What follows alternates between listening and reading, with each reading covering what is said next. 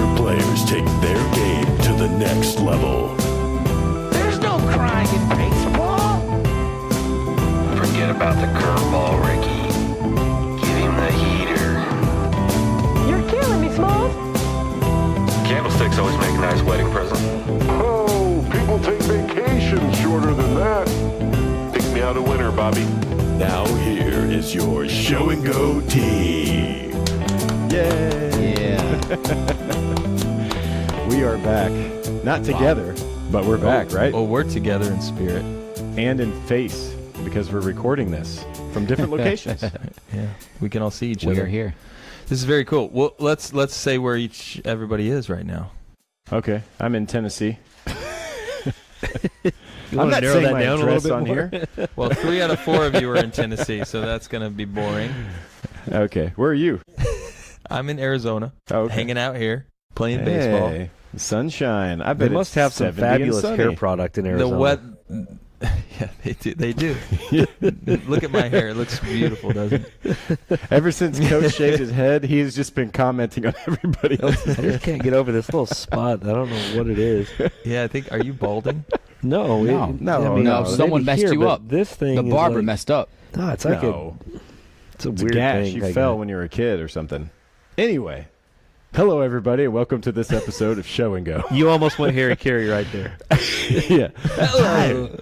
This is a baseball podcast to help and educate the amateur player, as well as coaches and parents, about the game within the game. So listen Go get the up. wig. Get the wig. I'm not going to get the wig. It hurts my throat, man. I'm out of practice. My name is Tim Dillard, and I've been a pitcher in professional baseball for 16 years. That's right, 16 years. And what are we long going to talk time. about after that? I feel Yeah, like a long time. every time you say 16 awesome. years, it feels like it's longer than the previous 16 years. All I know is it's really hard to say because I just got used to saying like 12 years, and then somehow 4 years flew by, and here's, I'm coming up on season 17. But anyway, I don't know who's all in the room here, but if it's to my left or to my right or up and down in this Brady Bunch thing, but Ben Zobrist, 2016 World Series MVP, welcome. Yeah. All the I'm way from here. I'm here Arizona. reporting Welcome. reporting for duty. Yeah. And super platinum elite sports trainer to the stars, Joshua Costello. Ba-boom, J Money. Thank you. In the Yeah. house. Yeah. And rounding out the team is head baseball coach at Trevecca Nazarene University here in beautiful Nashville, Tennessee, Ryan Schmalz. What's up? Wow. Yeah. And Kaz is repping the Trevecca hat. My bad. Yeah, Nice. show it to Oh, him, yeah. Kyle. Yeah. Come on. That's money. I love it. I love this hat.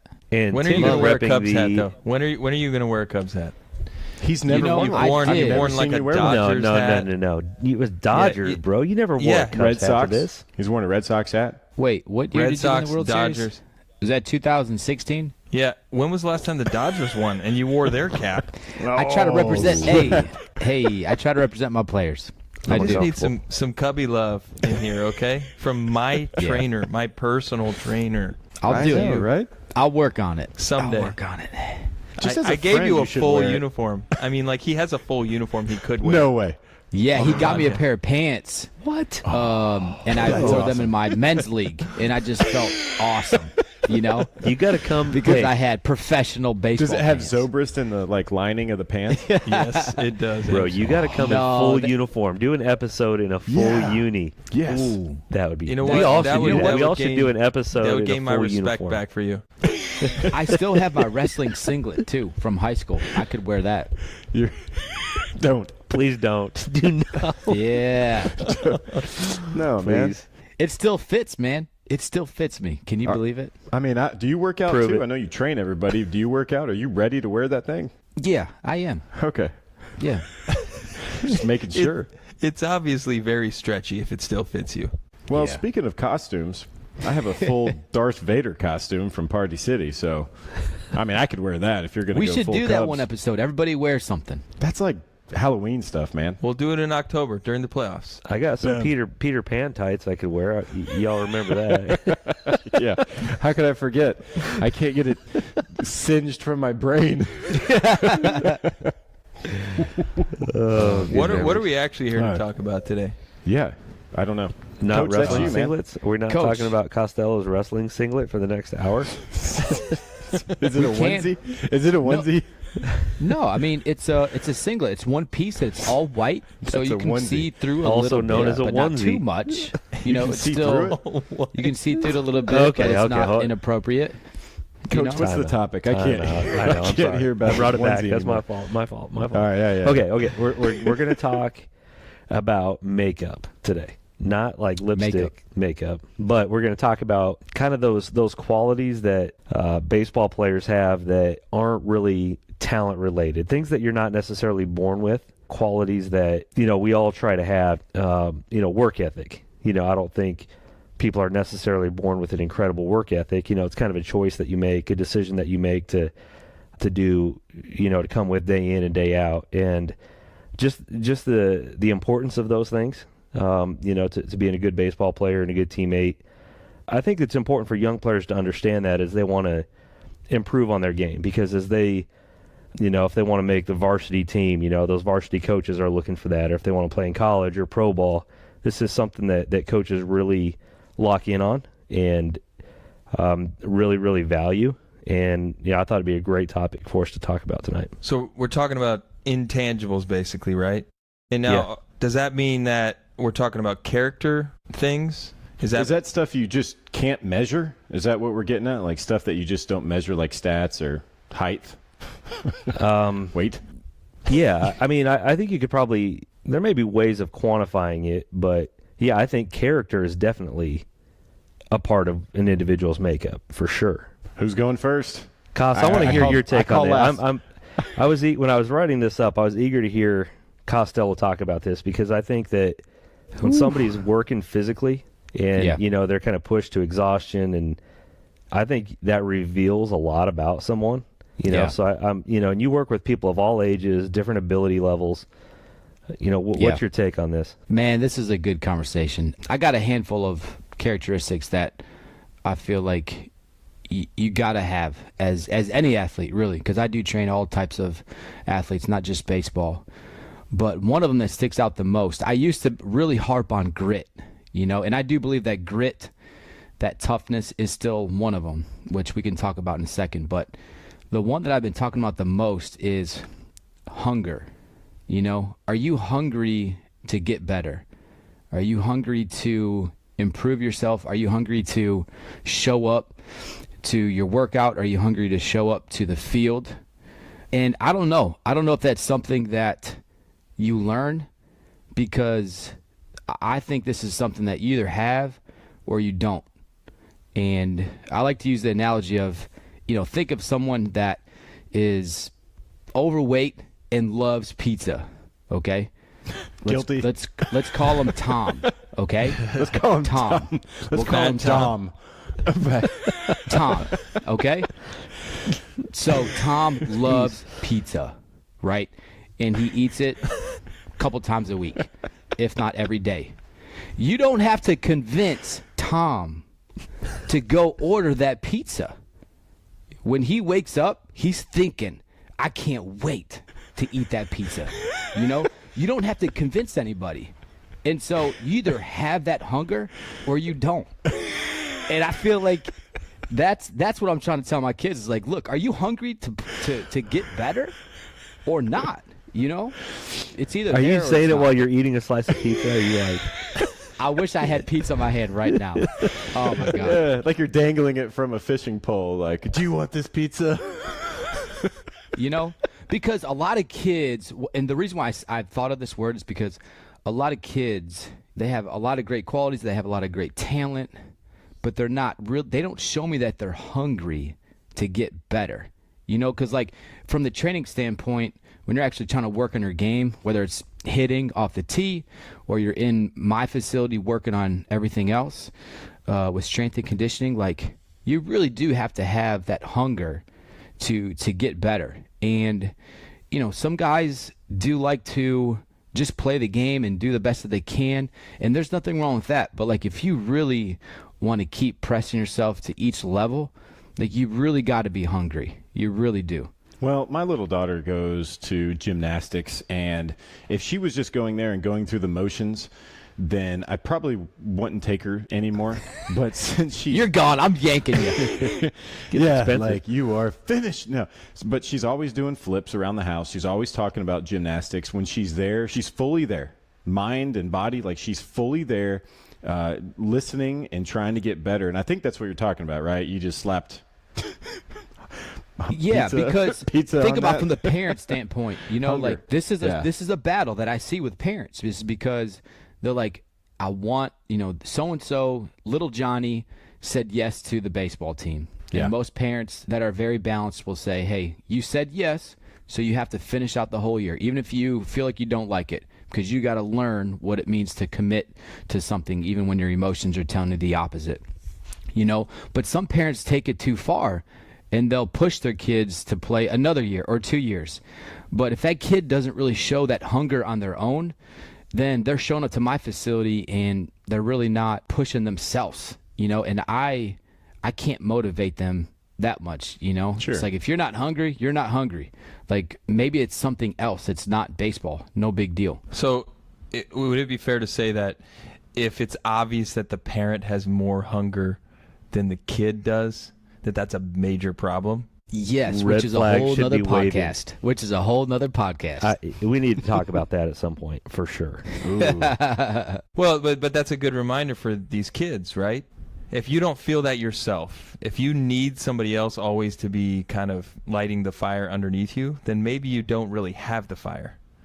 Maybe you need to take a little bit of a look at yourself and check and see if maybe you really have the motivation personally, or do you always need somebody else kind of pushing And you're probably miserable, right? If you're always needing someone else to light a fire to do something that you don't have the desire to do yourself, you're probably miserable to begin with. And so you need to find something that you do have that appetite for. The passion for. Yeah. Right? If you're just coming in and doing the bare minimum, it's like you're not doing anybody any good. And if I'm a decision maker, if it's a high school team or I guess travel team, if you pay, you're just automatically on there. But in pro ball, they want to see guys, decision makers want to see people that are going out there and doing the extra, right? It doesn't take much. Just don't be lazy. That's easy. When I was young, as a little leaguer growing up playing baseball, Cost, as you were describing parents, this came to mind. And, my parents really encouraged me to play sports. They never pounded it, on me. They never forced anything on me. It was always me that wanted to play. The one thing that my dad always told me, whether it was playing a game or a practice, the one thing that stands out the most from all those years, and he coached me when I was growing up, he said, you got to want it.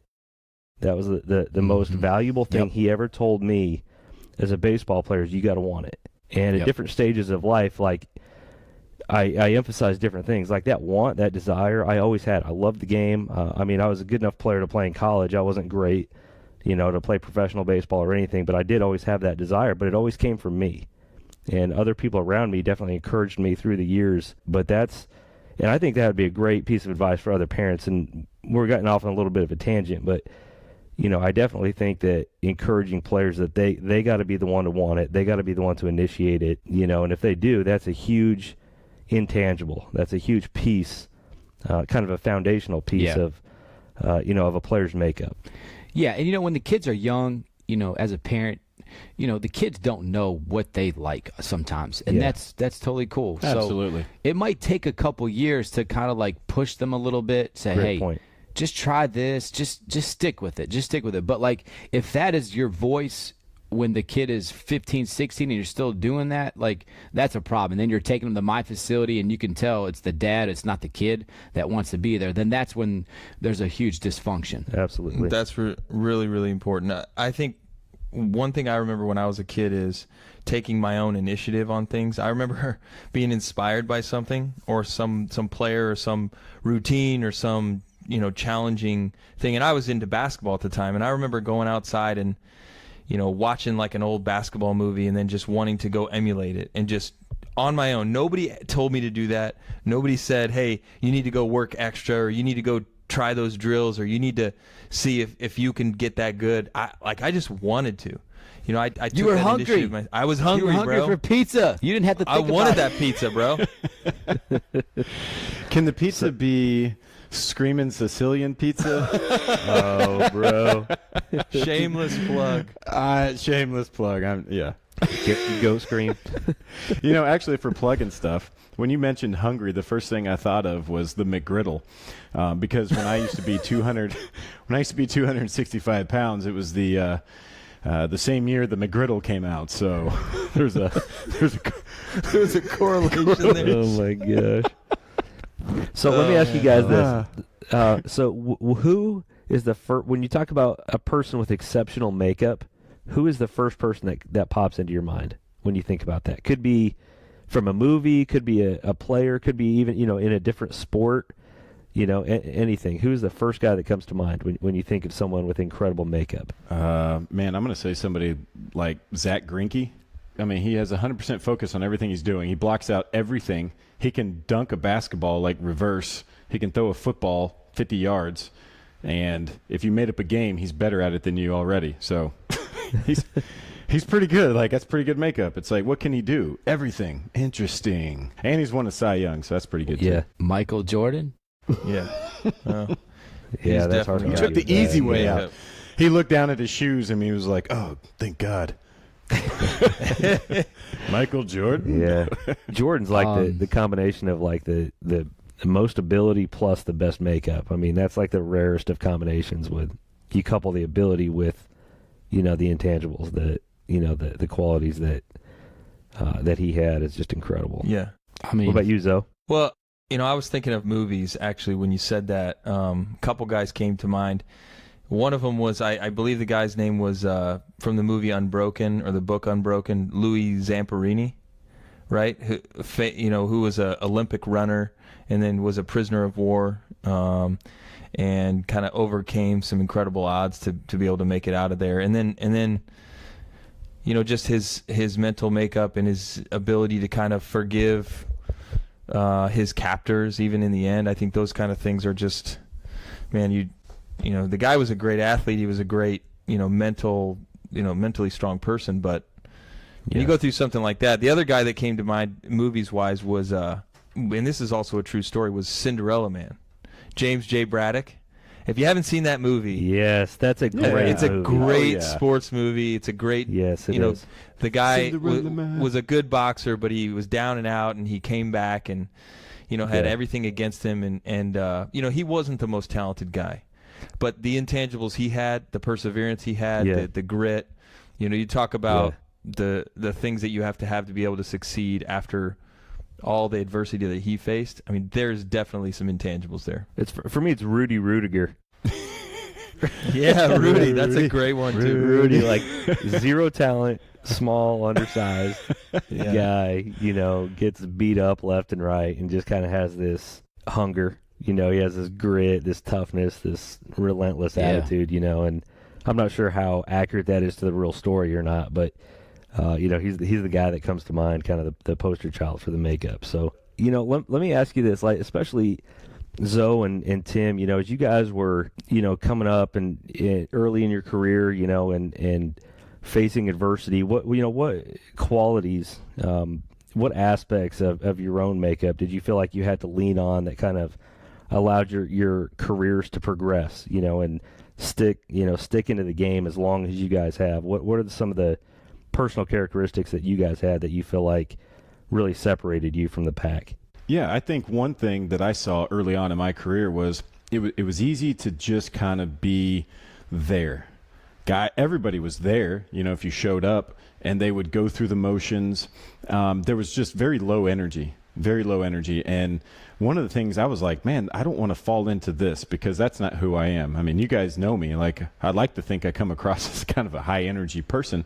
And there was a time when I was kind of on the fence of like, do I fall in? Like, this is what most everyone is doing, is just kind of being there and kind of doing whatever. But I was like, that's kind of not who I am. How is that going to look if I'm the only guy that's running down fly balls and, throwing the ball into the bucket or volunteering to do the bucket during batting practice. Just things that, are a little extra because sometimes that's frowned upon, right? Guys can sit there and go, oh, look at this guy. Yeah, he's trying to be front runner. I don't know if there's any other good analogies for that. But so there's kind of that careful balance, but I was like, this is who I am, man. I enjoy going to the field, and over the years I've loved it even more. If I tell my son all the time, act like you want to be where you're at. You sign up to play basketball. I want you to go in there with an energy that, without saying it, you can show everybody that you actually want to be there. And sometimes you got to fake it. Sometimes you have a bad day, especially in the baseball world when you're playing every single day. You may have to fake it one day, but for the most part, it's like that's going to set you apart just because it's like, wow, that person looks like he wants to be there. And that's really, to me, a secret to life. You're welcome. Drop the mic. Yeah. I can't. These are expensive headphones. I think for me in high school especially, there was a couple things that really stick out to me in my mind that were important. One of them was I really was bothered by being outworked. Whenever I saw somebody working harder than me, it really bothered me. And I was like, I need to be working that hard. I don't want to be outdone in my work. I was okay being outdone in performance, because I knew that was going to happen at times. I knew somebody else was going to beat me or they were going to be better than me in performance. But I did not like being outworked, ever. It always bothered me.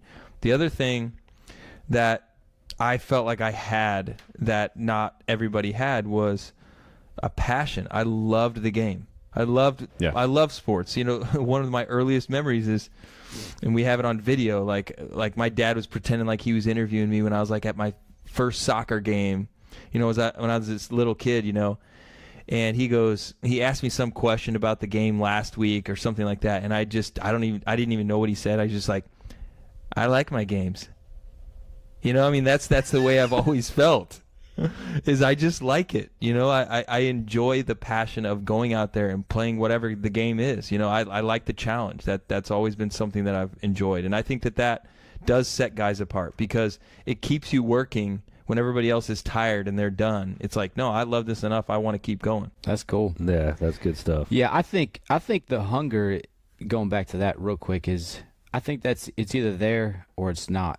And if it's not, it doesn't mean it's not going to be there forever in the future. I think it still can come, but that's something that I think is just naturally there or not, through time. But the grit, I do think grit, and we can use a lot of words for that. That's huge. There's a lot of definitions for that. Everyone has their own definition.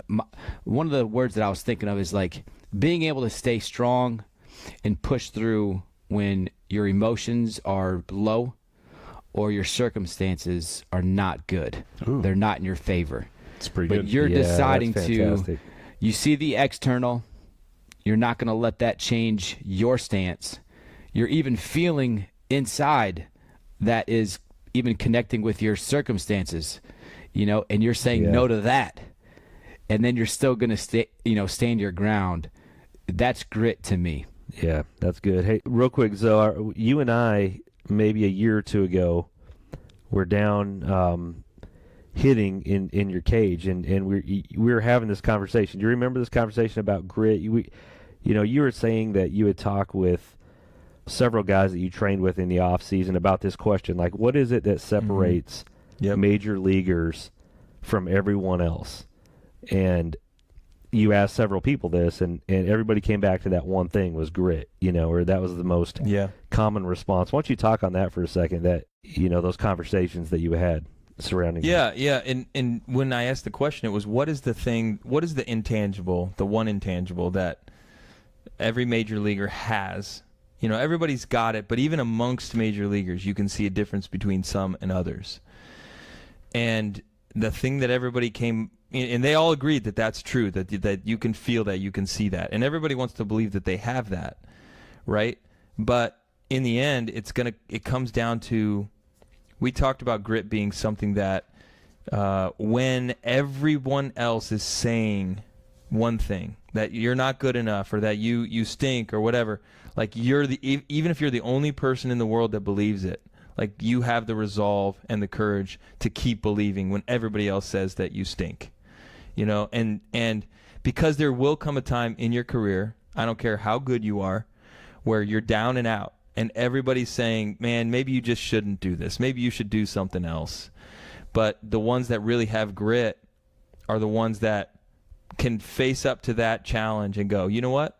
I hear you, but I'm not going to give in to that. I'm going to keep going. I'm going to keep persevering through that. And that's something you can't see. You know, that's the moment when Mariano gives up the hit to lose the World Series, and nobody sees the grit that he has deep inside that says, nope, I'm not going to let that bother me because I know that I'm good and I'm going to go back and become the first unanimous Hall of Famer ever. You know, it's that kind of thing. Well, I look at it as, and I don't even know how to put a word on it. I mean, everyone else, all you guys sound so eloquent. But I've heard guys, and the ones that I think that are very successful, it's almost like they have nowhere else to be. They show up to the field, they're like, I got nowhere else to be. There's nowhere for me to go. This is where I'm supposed to be. I'm supposed to dive after a ball in the hole. I'm supposed to get my extra swings in the cage. Like, this is what I'm doing. This is what I'm supposed to be doing. And a lot of times, you know, the guys that kind of flake to the side are the ones that have other agendas. They have other things that they want to do. And baseball's kind of secondary in that way. It's hard to categorize that, but you can tell the guys that are like, yeah, I'm supposed to do that. It's implied. They walk in the clubhouse every day, and what they're going to do that day is just implied because they walk through that threshold. That's great. That's as serious as I'll get, boys. Dang. That's pretty good. So, when you think of grit, who is one player or two players that come to mind? Grit? When you think of grit. I mean, that you played with or against. Shoot, I've always liked Pedroia, you know. Yeah. I was just going to say that. I was just going to say Pedroia. He's one of those guys you call gritty. Like, what a gritty ball player. He never gives in. He's always a little bit of a pest out there, and he finds a way to get it done, you know. That's the thing is, there is no insurmountable. There's nothing that he can't overcome. You know, there's nothing that people with grit will look at that mountain and say, no, I can climb it. Just watch me.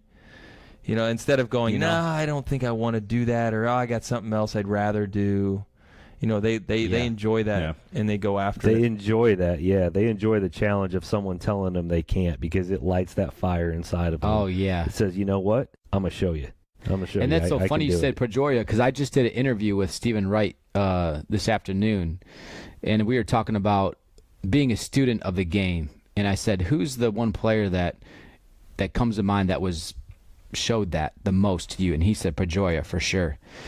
And he said it's because of his size, and you know, he wasn't the flashiest player or the best arm, but he just, like, everything that he could do, he did, like, to the best of his ability, which kind of goes back to what you're saying with that grit. So I thought that was interesting. You mentioned his name. I think too, some of the guys that, you know, you could put in there, I don't know if it's classified as grit, but the ones that are well-rounded, right? The guys that don't have a large deficiency in their game, in their craft. You know, you'll see guys that can pitch and do really things, maybe field their position, but can't, you know, pick to first.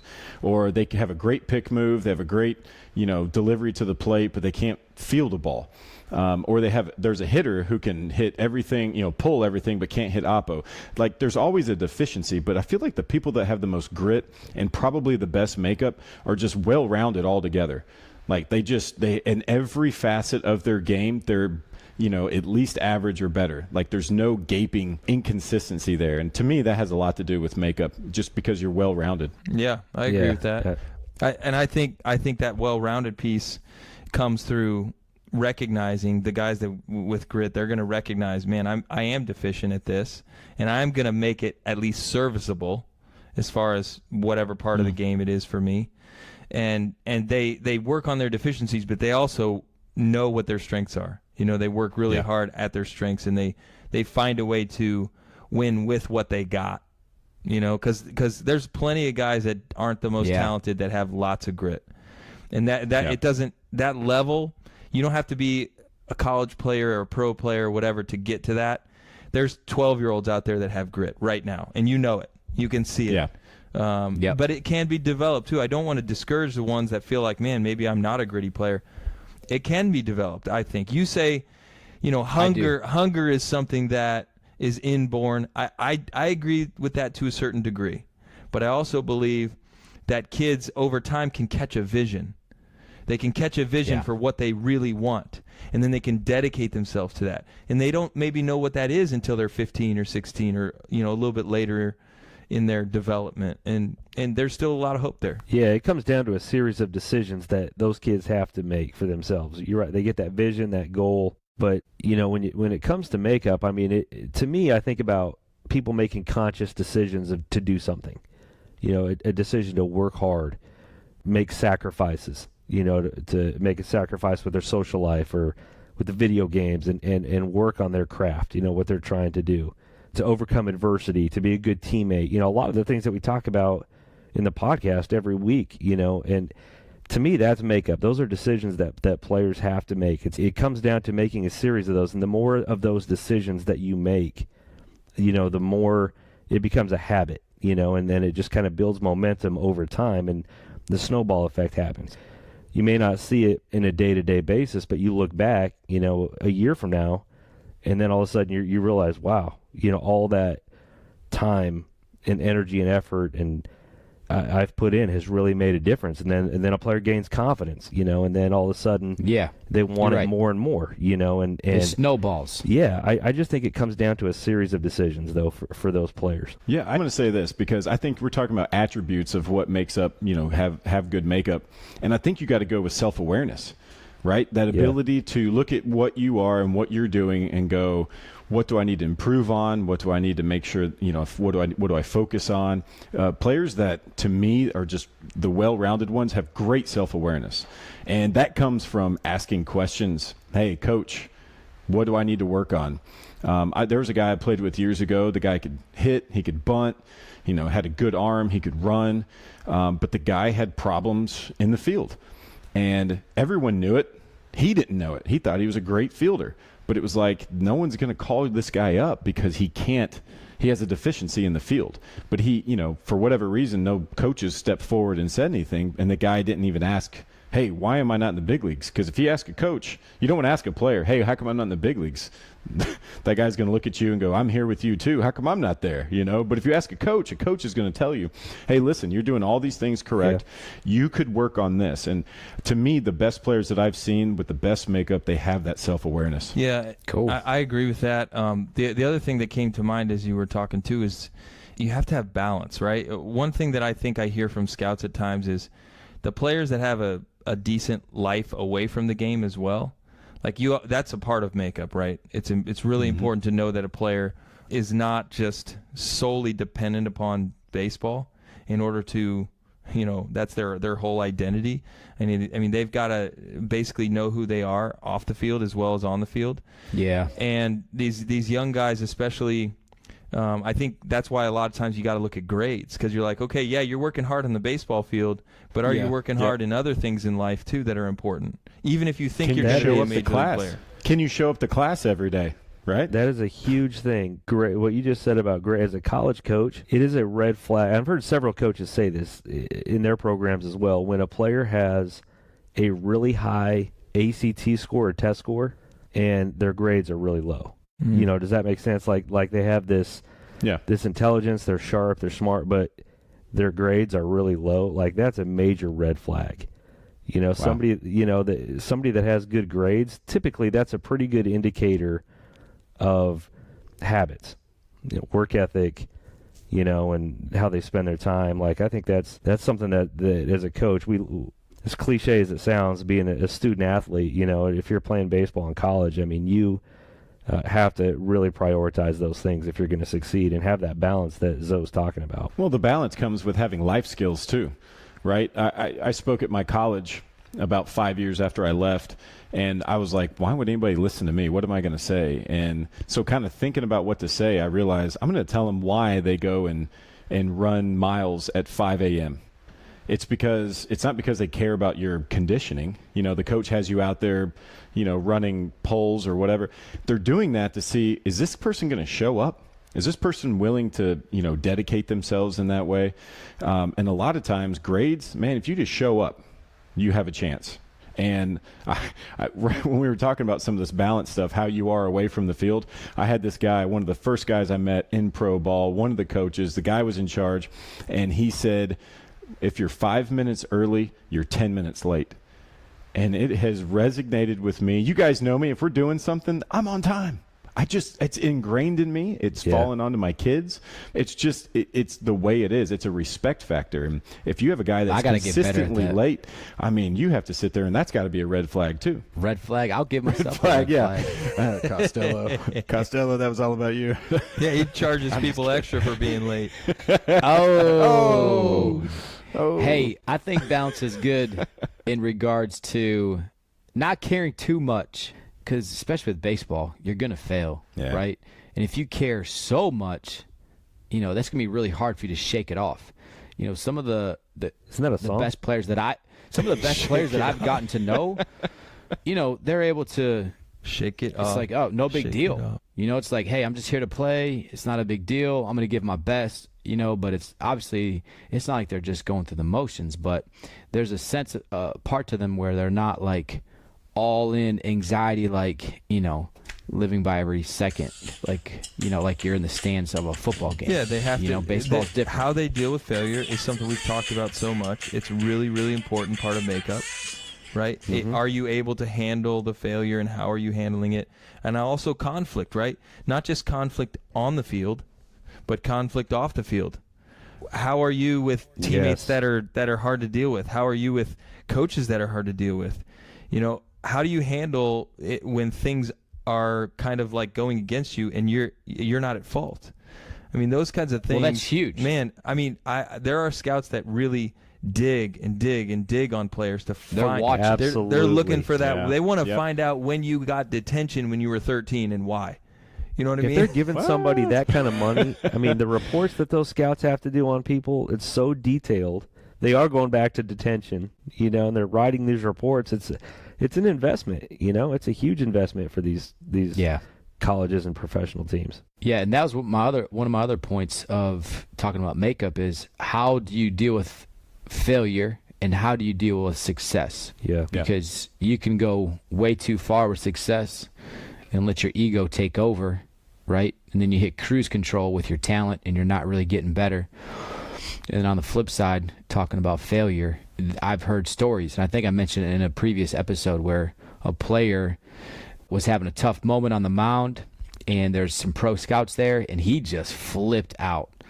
I think he threw his glove down, maybe a few cuss words, and scouts just stood up and walked over to the next field. Sure. Yeah. Let me ask you guys this. I got a question for you. We're going to switch roles here for a second. Let's say you guys are coaches or scouts, professional scouts or coaches. You're evaluating players. Okay, you walk to a field and you're watching the team play, watching players on the field, just like that, Tim. Yeah, I see you walking. I got my hands over my eyes like binoculars. Oh, this guy's pretty good. What are those intangibles? Nothing skill or ability related. What are those intangibles that you are going to look for in those players? I look for. Does the drills, does everything this guy does, does it look natural? If he goes and plays shortstop and takes 5 ground balls, is he in somewhat the position to be in? Or does it look hard for him? Is he stiff? Is he worried? Some of the times when you see a guy that has good form and is talking while things are going on, but yet fields his ground ball and throws it, the guy that can go up there knows exactly how much pine tar he needs, batting gloves or no batting gloves, what kind of bat works.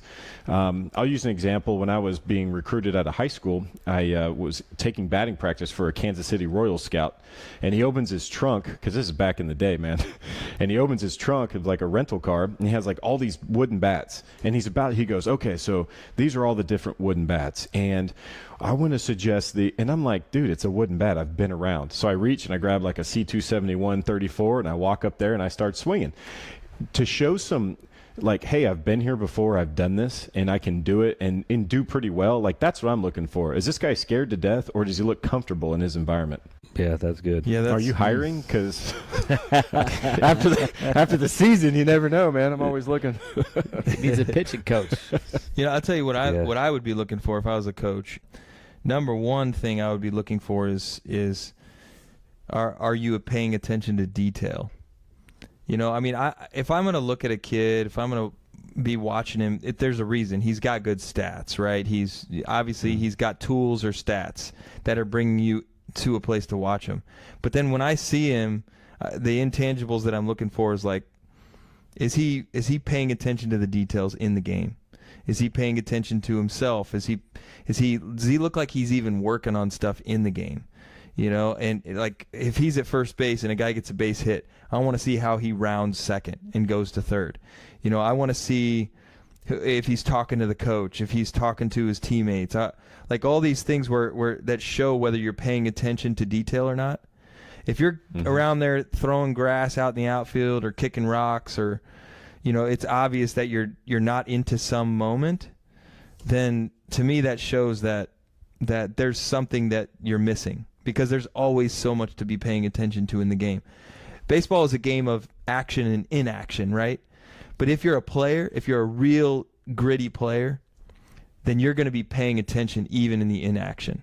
You're going to be thinking. It's going to be obvious that you've thought ahead you're thinking along with the game, or at least you're learning. Like you're talking to your teammates, you're talking to the coaches.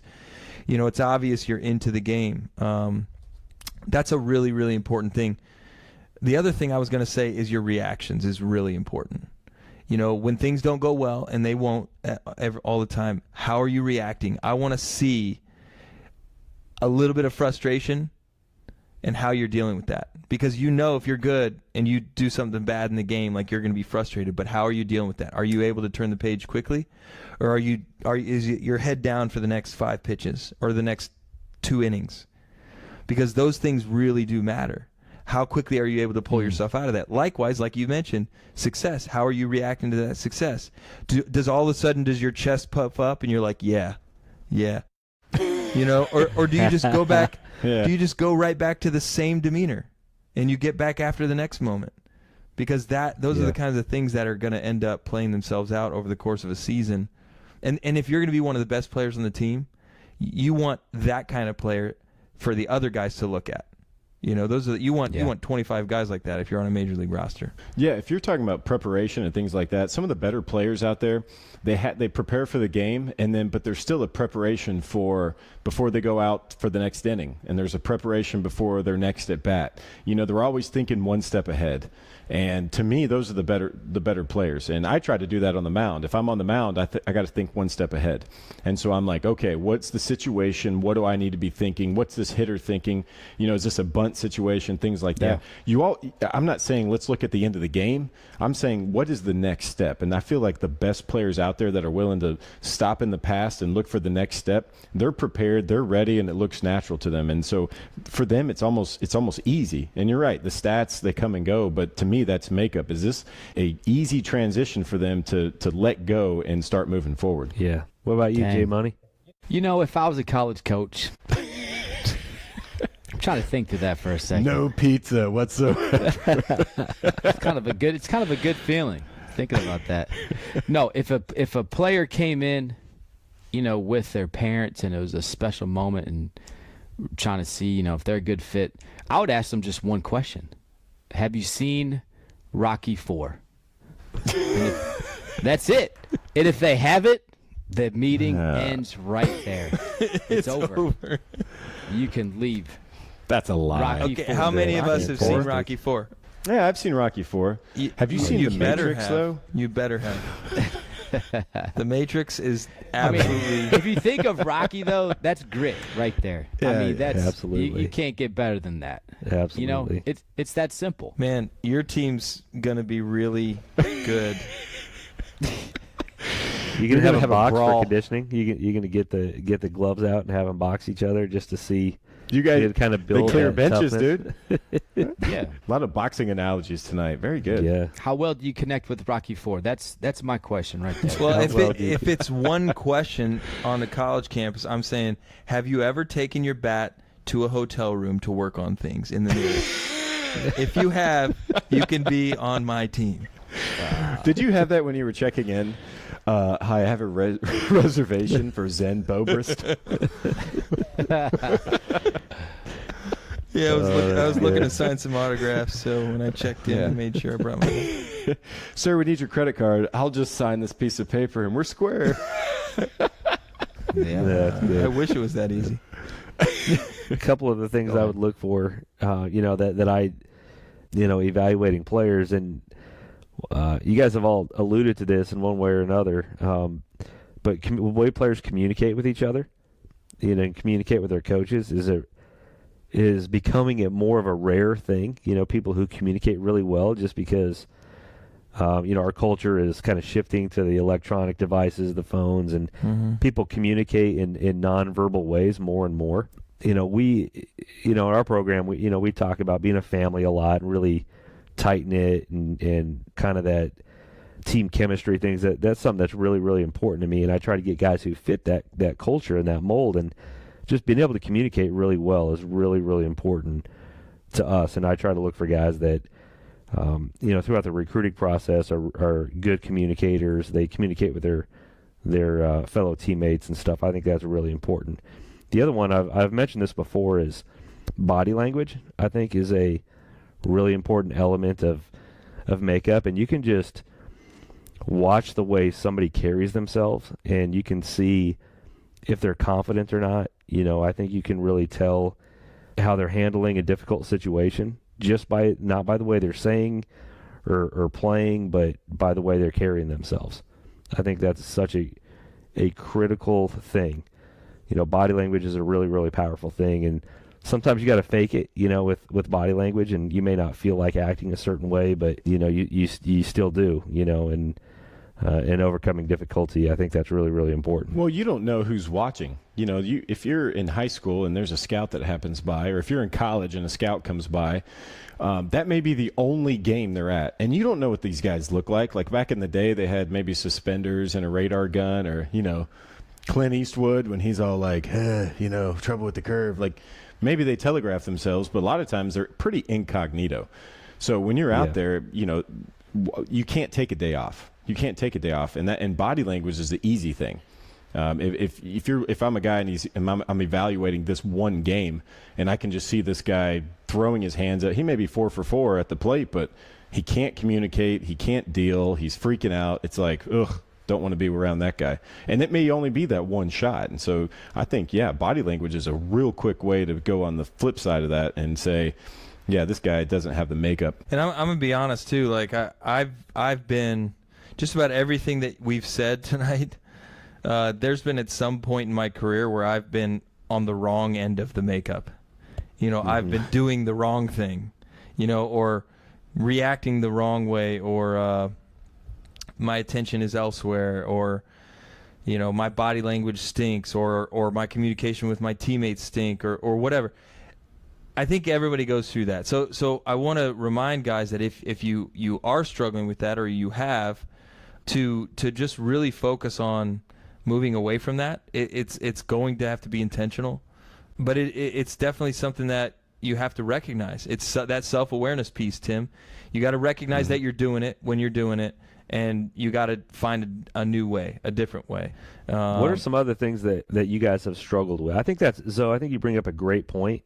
Things that maybe we struggled with as players, from a makeup standpoint, and that maybe you could go back in time and change those things. Or I know for me it was balance. I didn't have great balance. It was it was my whole identity was in my performance, and if it didn't go well, I didn't really have a whole lot else that I valued, other than my athletic performance and on the field. And I think if I had more balance in my life, it would have been revolutionary to me, my mindset and the way I approach the game.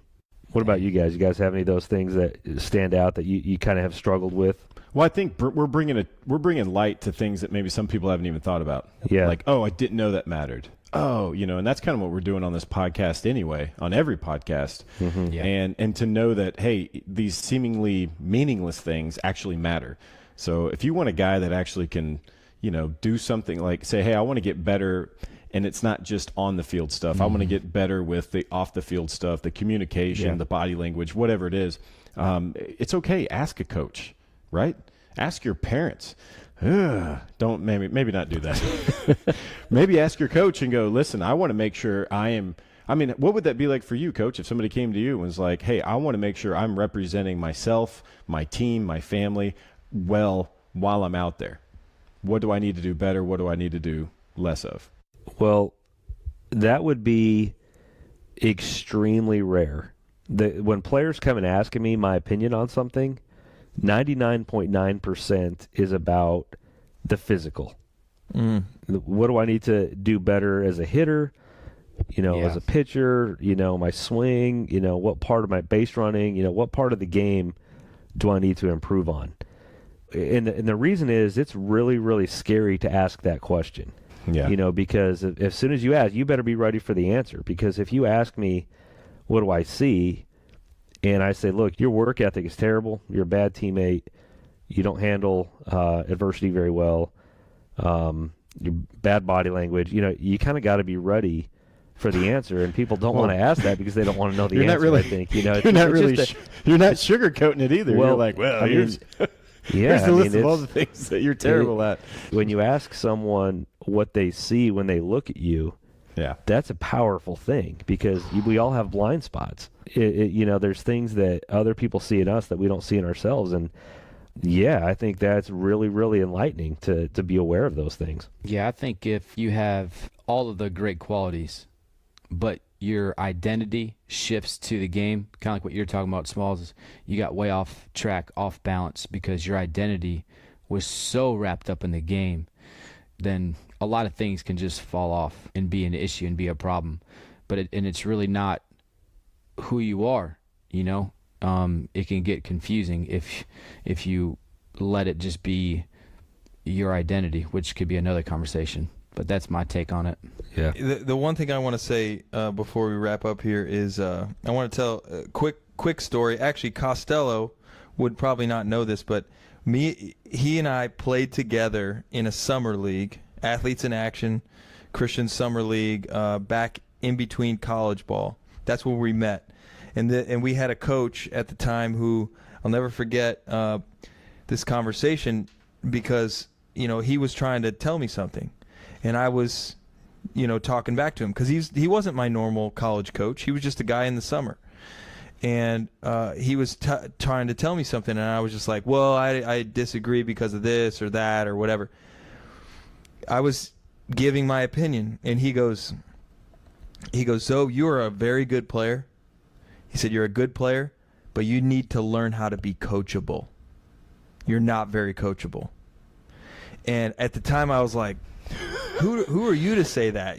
I've been coached by other people for much longer. You've been coaching me for 2 weeks and you're telling me this.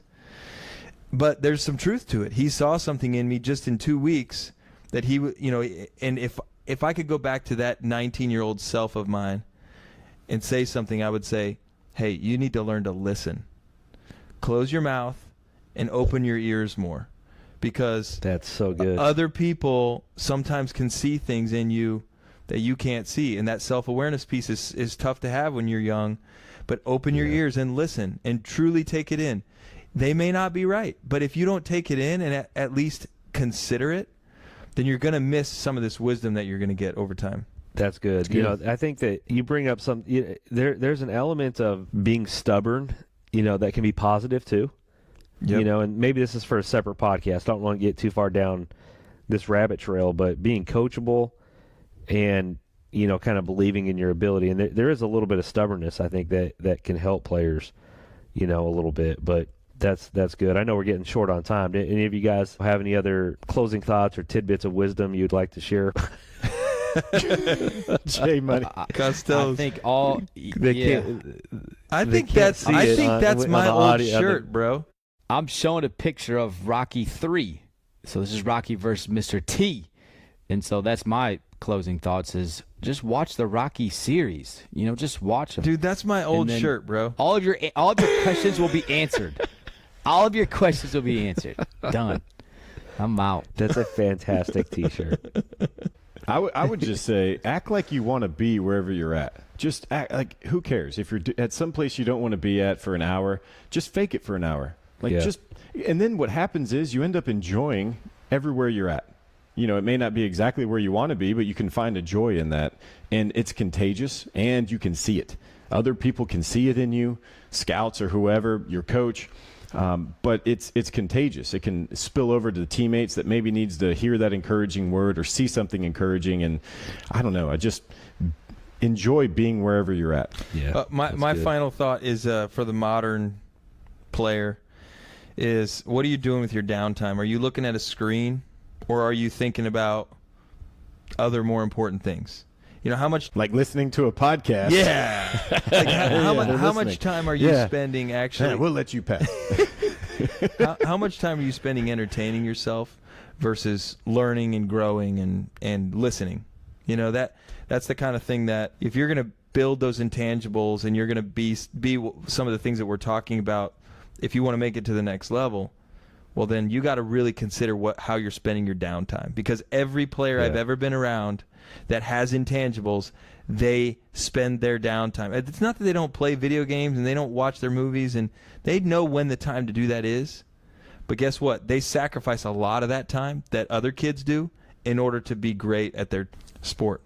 I would say the same thing that my father told me is you got to want it. You know, you got to want it. You got to. Sorry. Tim, I saw Costello doing his bicep. It's getting late. It's getting late. Yeah. Guys are flexing. You had a great thought here, right there. But I did. Sorry. Let's go back I ruined to it. My final thought is to tell players, you got to want it.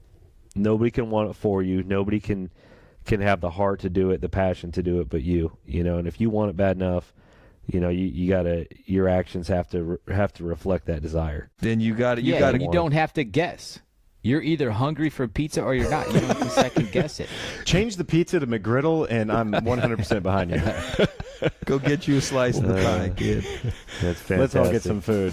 Yeah, that does it for this episode of Show and Go. If you have any questions or comments, topics you'd like to hear discussed on future episodes, feel free to interact with us on Facebook, Instagram, and Twitter at The Show and Go. And make sure to visit our website, theshowandgo.com. And if you haven't written us a review, get on that. Do it. Just be done with it. Unbelievable. I can't believe. Okay, maybe you have written a review. Thank you. And also vote with the 5 stars things. For some reason that matters. Anyway, on behalf of myself, Zoe, J Money, and Coach, thanks for listening, and join us next time on The Show and Go. Nice. Oh, we gotta work on that. Well, are we gonna say it all at the same time? I didn't know. We can stop that. We have been doing that. What? Saying it all at the same time. Oh, really? Yeah. My bad. I haven't been paying attention. you've never done that. You when we're need in to the close booth your and I mouth. say I've the missed a show. Open few your episodes. ears. You know? God, you're I missed a self-awareness. few episodes.